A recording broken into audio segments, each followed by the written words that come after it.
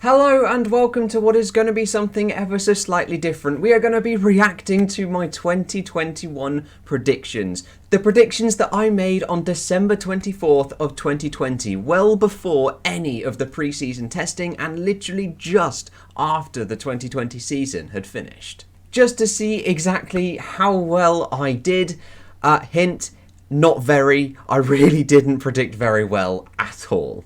So let us jump straight on into reviewing my 2021 predictions. And for P20, in my predictions, I put Nicholas Latifi, scoring 0 points, but to outqualify Russell once. He ended up finishing P17 with 7 points, and he outqualified Russell 5 times. So with an infinite improvement on his points scored on the previous year, and then equally outqualifying Russell 5 times, a couple of which came from the untraditional sprint format, but a couple did actually come from the legitimate Q1, Q2 and Q3 format. So we move from my P20 prediction down to my P19 prediction, Nikita Mazepin, 0 points and 1 surprise result. However, he ended up finishing last, with no points, which is correct, and he didn't have any surprise results.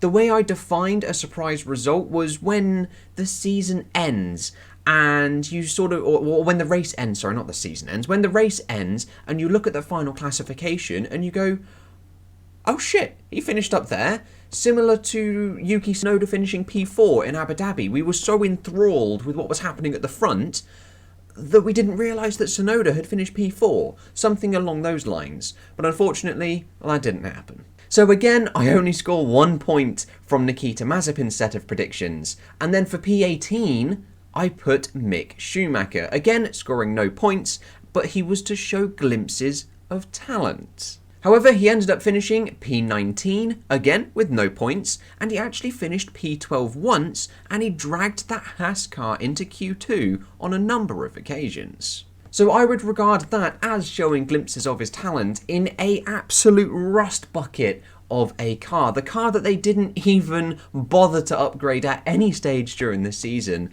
that they said that from the get-go. So yes, that is 100% showing glimpses of his talent. So 2 out of 3 for Mick Schumacher. Then from P18 we head to my P17 prediction. Antonio Giovinazzi 1 to 2 points and to crash at Spa for a 3rd year in a row.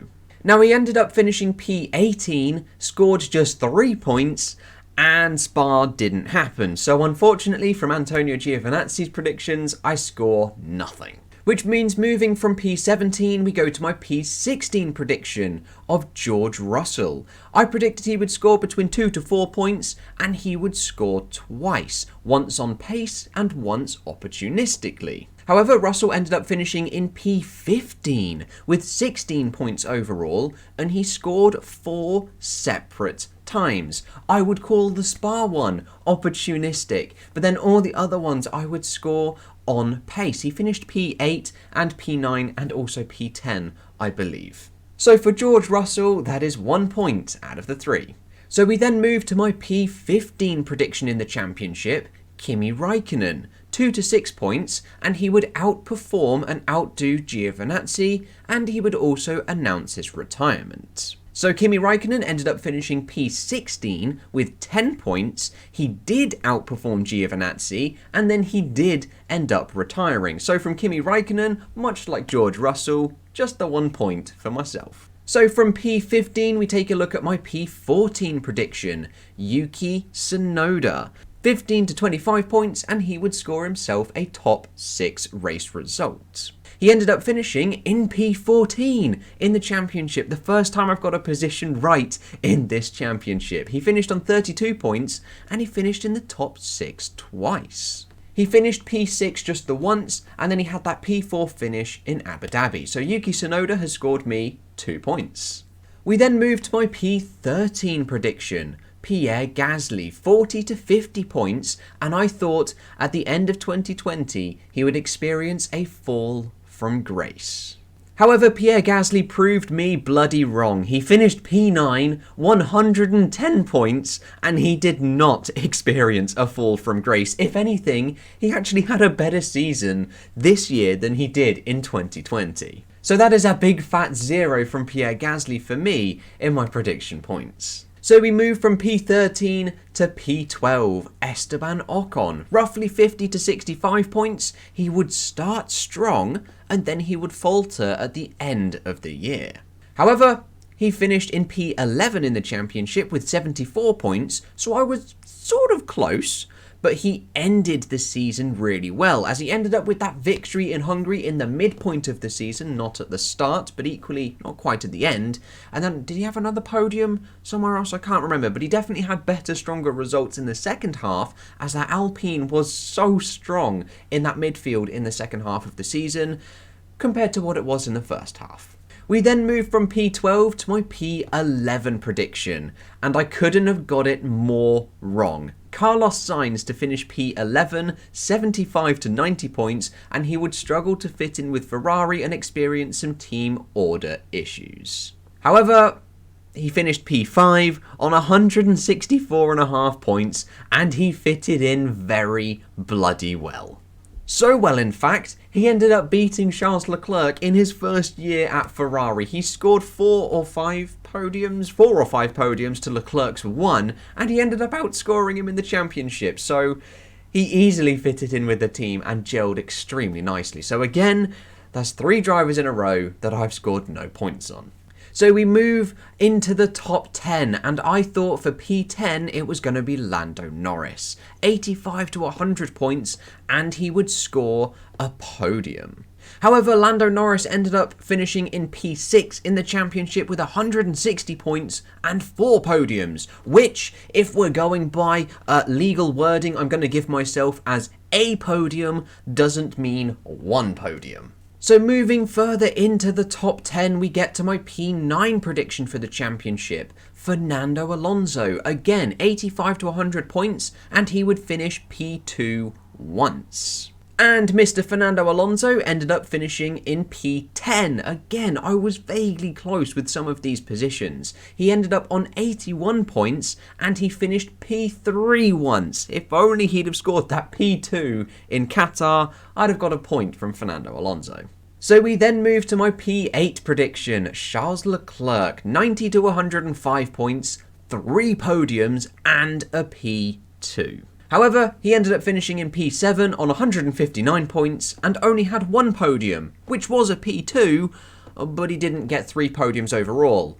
So once again, 0 points, which has been, unfortunately, the trend throughout this video. So we then moved to P7 in the championship. I put Daniel Ricciardo in the McLaren, 100 to 115 points, 3 podiums and 2 top 5 starts.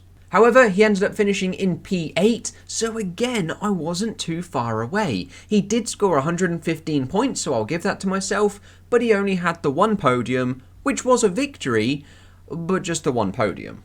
And then from P7, we take a look at P6. Lance Stroll in the Aston Martin, 120 to 130 points, and he would score in each race he finished. Please do bear in mind that these predictions were made well before any of the pre-season testing was underdone, and I thought they were going to quite happily continue their momentum from Racing Point to Aston Martin. If we go back to Lance Stroll, he ended up finishing P13, 34 points, and no, he did not score in every single race he finished. And so from P6, we move to my P5 predictions. Sebastian Vettel, 130 to 140 points and 5 bloody podiums is what I thought he was going to get.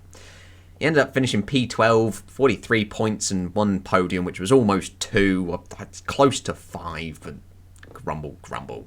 So for getting the fall from grace for Aston Martin, we'll take a look at my P4 prediction. Sergio Perez, 200 to 225 points and 2 wins. He finished P4 in the championship with 190 points, very close to 200, and only 1 win.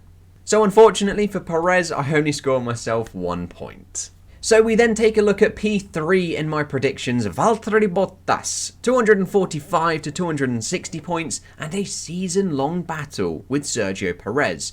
He ended up finishing P3, just shy of my points boundary with 226 points, and he did have a season-long battle with Sergio Perez. I think he won P3 in Saudi Arabia. So for literally only the first or second time, I've scored 2 points from one of these predictions. And so we head on into my P2 prediction made in late December. Max Verstappen, 285 to 300 points, 4 Grand Prix victories, and he would to lead the championship once. However, he ended up winning the whole bloody thing, 395 points, 10 Grand Prix victories, brackets 8, and then he led the championship for 15 races.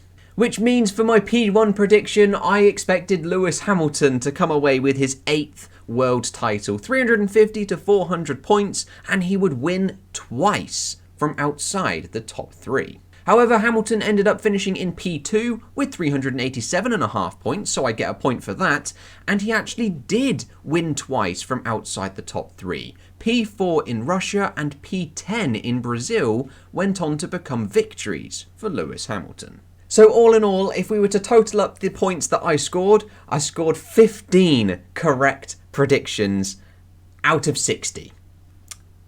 That's shocking. So it was really the midfield that I got completely wrong. We can see there's not a great deal of movement from Tsunoda downwards or from Perez upwards. It's mainly, I thought Aston Martin would be very good, and then Aston Martin turned out to be not very good, and Ferrari did a lot better than I was expecting. So that's exactly what I thought would happen in December compared to exactly what did happen. Now my aim for 2022 is to actually get you guys, the audience, involved just a little bit more with the predictions championships. I'm going to come up with a couple different scoring systems which I would like you guys to actually vote on to which one you prefer, and it is going to involve the pre-season testing. But there we go, that is all I've got for you today, guys. I hope you have enjoyed, and I will catch you in the next video with whatever and whenever I decide to make it. I'll see you guys then.